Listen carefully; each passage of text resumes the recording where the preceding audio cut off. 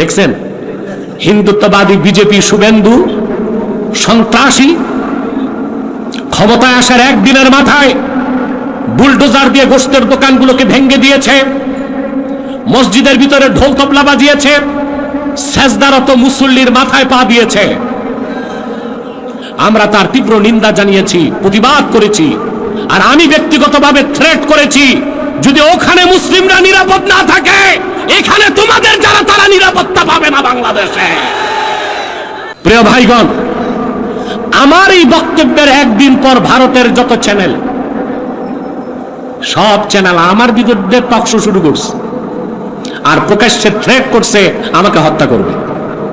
আমি বলছি বাড়াবাড়ি করো না। দেখছেন না আমাদের বিজেপি এখন শক্ত হয়ে গেছে। এই জনসমুদ্রের পক্ষ থেকে বিজেপি বাংলাদেশ বর্ডার গার্ডকে বলবো, সারা জাতি আপনাদেরকে দোয়া দিচ্ছে, আপনাদের প্রশংসায় সারা দেশ পঞ্চমুখ।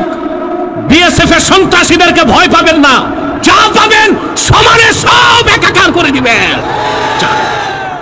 সেনাবাহিনী বিজেপিকে বলবো, বাংলাদেশের স্বাধীনতা রক্ষায় এদেশের কোটি কোটি মুসলমান অস্ত্র হাতে তুলে নিতে বাধ্য হবে।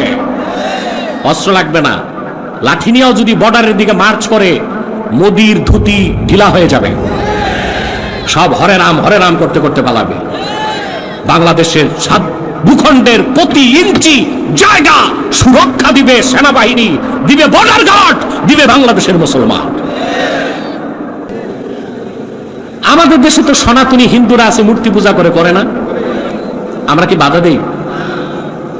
তারা তাদের পরিবেশে মূর্তি পূজা করে, এটা তাদের বিষয়। কিন্তু ইব্রাহিম আলাইহিস সালামের সন্তানরা কি মূর্তি পাহারা দিতে পারে? কথা বলেন।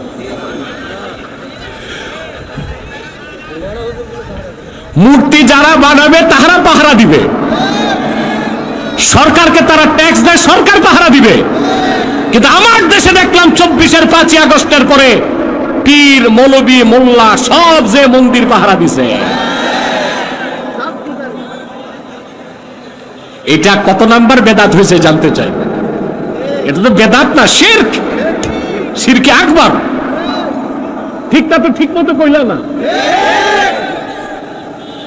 আমরা মূর্তি ভাঙবো না, যেহেতু এটা সেকুলার রাষ্ট্র, ওরা সরকারকে ট্যাক্স দেয়, কিন্তু ওরা মূর্তি বানায়, ওরা পাহারা দিবে। বাকিটা দিবে কে? সরকার। আলেম ওলামা, আল্লাহর হাবিবের উম্মত যারা, ইব্রাহিমের সন্তান, তারা কোনোদিন মূর্তি পাহারা দিতে পারে না। বিপ্লব দেখছেন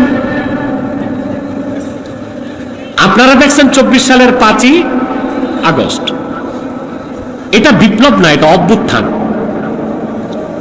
বিপ্লব হচ্ছে সিস্টেমকে পরিবর্তন করা, আর অভ্যুত্থান হচ্ছে সেটআপকে চেঞ্জ করা, রেজিম চেঞ্জ করা। সরকার পরিবর্তন হচ্ছে অভ্যুত্থান, আর গোটা দেশের রাজনৈতিক ব্যবস্থাকে পরিবর্তন করা হচ্ছে বিপ্লব। তা কি হয়েছে? আগে চুরি ছিল, এখন আছে। আগে দুর্নীতি ছিল, এখন আছে। আগে ধর্ষণ ছিল, এখন আছে। বড় পিসাব যারে বানাইছিলেন ডক্টর ইউনূস, বড় পিসাব, আর আমি বলছি সুদের কারিগর। সেও কি পারছে দুর্নীতি মুক্ত করতে, সন্ত্রাস মুক্ত করতে, ধর্ষণ মুক্ত করতে? কিয়ামত তক হাজার সরকার পরিবর্তন হবে, দেশ থেকে চুরি, চামারি, ধর্ষণ, জেনা, ব্যভিচার, দুর্নীতি বন্ধ করা যাবে না। সিস্টেমকে বদলাতে হবে আল্লাহর কোরআনের রাষ্ট্র ব্যবস্থার আলোকে। তা হযরত ইব্রাহিমের পরীক্ষা হয়েছে কিনা? প্রথম পরীক্ষা কিসের? আকলে সালিম, জ্ঞানের পরীক্ষা। যখন তিনি আল্লাহর পরিচয় পেয়ে ফেললেন, আল্লাহর পক্ষ থেকে নির্দেশ চলে আসলো, ইব্রাহিম তোমার গোত্র সম্প্রদায় সবাই তো পৌত্তলিক, মূর্তি পূজা করে, তাদেরকে আমার তাওহীদের দাওয়াত দাও। বলেন সুবহানাল্লাহ। এই পরীক্ষাটা কঠিন ছিল? কথা বলেন। ওনার দল নাই, গোষ্ঠীর সব পৌত্তলিক মুশরিক, উনি ছাড়া তাওহীদ বিশ্বাসী কেউ নাই, আর আল্লাহ বলতেছেন দাওয়াত দাও। সুবহানাল্লাহ বলবেন। যে তিনি সোজা ঢুকছেন বাবেলের পূজা মণ্ডপে, মূর্তি পূজারী যত পুরোহিত আর ঠাকুর বসা, তাদেরকে বললেন মা হাযিহি তামাসিল, এসব কি প্রতিমা, ভাস্কর্য, মূর্তি? এগুলো কি? এগুলো তো তোমরা নিজ হাতে তৈরি করেছো, এগুলোর ইবাদত কেন করো? মূর্তি পূজারীরা কোনো জবাব দিতে পারে না, একটা যুক্তি দিছে। কি দিছে? قالوا وجدنا آباءنا لها عابدين। আমরা দলিল নাই, বাপ দাদাকে দেখতাম মূর্তি পূজা করতো, আমরাও করি। নাউজুবিল্লাহ বলবেন না? তাহলে মূর্তি পূজারীরা মূর্তি পূজার পক্ষে যে যুক্তি দিছে ওটা দলিল ছিল না যুক্তি ছিল? সাংস্কৃতিক কারণ। কি কারণ? বাপ দাদা করতো, আমরাও করি, এটা সংস্কৃতি, এটা কালচার। এটা কি? আমরাও বাংলাদেশের মুসলমান বাঙালি সংস্কৃতির নামে অসংখ্য শিরকি কাজ করে যাচ্ছি, করি না? স্মৃতিসৌধে মস্তক নত করে পুষ্প অর্পণ করা, এটা মহিমিলা শিরক, শিরকের দিকে ধাবিত করে। একমত আমার সাথে? কথা বলেন। পহেলা বৈশাখ মঙ্গল শোভাযাত্রা বের করা, ওখানে হুতুম পেঁচা থাকে। হিন্দুদের বিশ্বাস হুতুম পেঁচা লক্ষ্মীর বাহন, হনুমান থাকে, বানর থাকে। এটা হিন্দুয়ানি সংস্কৃতি, যে সংস্কৃতি থেকে শেরকের দুর্গন্ধ বের হয়। এটা আমরা করতেছি বাঙালি সংস্কৃতির নামে। 21শে ফেব্রুয়ারি আমরা পারতাম ভাষা শহীদদের জন্য হাত তুলে দোয়া করতে, তা করি না। কবরস্থানেও যাই না, যাই শহীদ মিনারে। কোথায়? তো শহীদ মিনারে কি ভাষা শহীদরা আছে নাকি? না কবরস্থানে? যাওয়া দরকার কোথায়? যায় কই?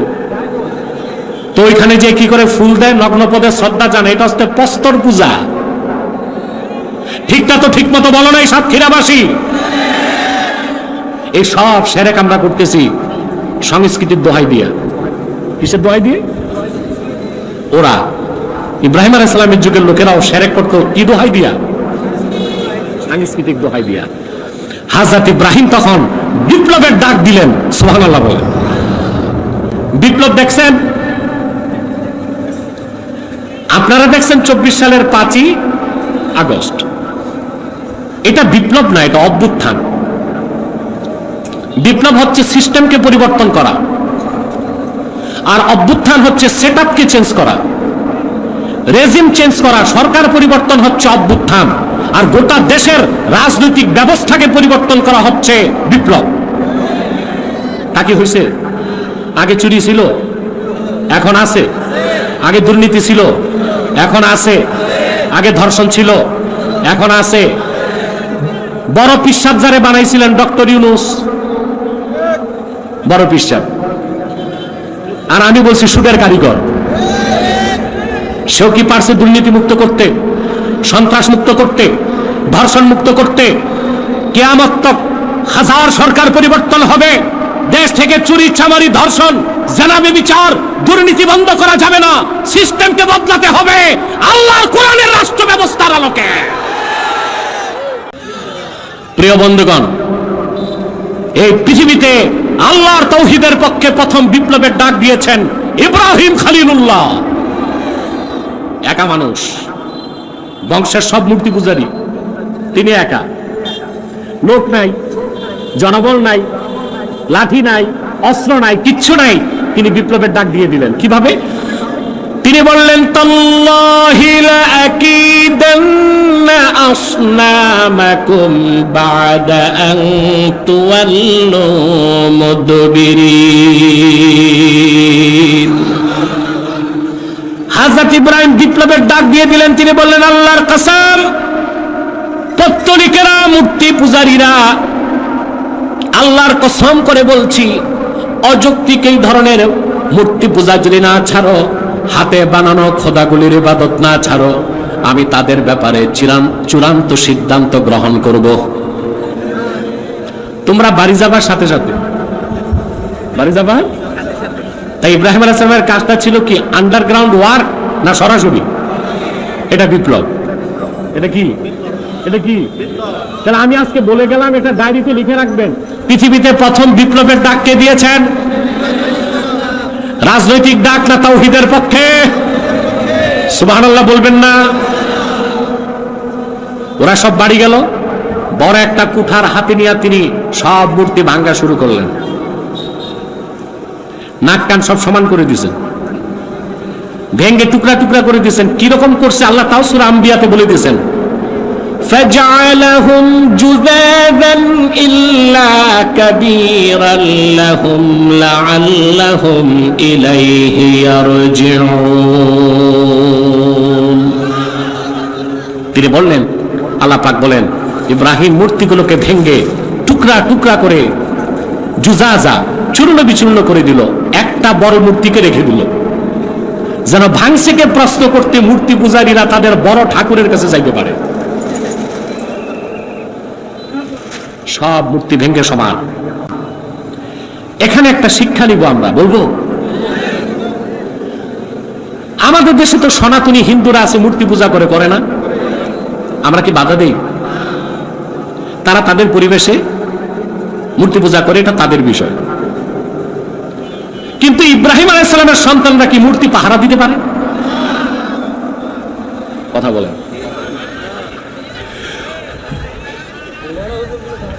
মূর্তি যারা বানাবে তাহারা পাহারা দিবে, সরকারকে তারা ট্যাক্স দেয়, সরকার পাহারা দিবে। কিন্তু আমার দেশে দেখলাম 24-এর 5ই আগস্টের পরে পীর মৌলবী মোল্লা সব যে মন্দির পাহারা দিছে।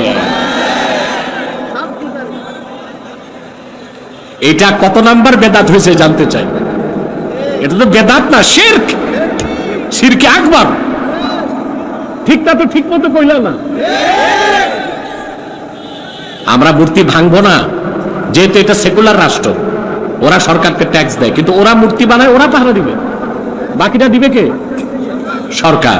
আলেম ওলামা, আল্লাহর হাবিবের উম্মত যারা, ইব্রাহিমের সন্তান, তারা কোনোদিন মূর্তি পাহারা দিতে পারে না।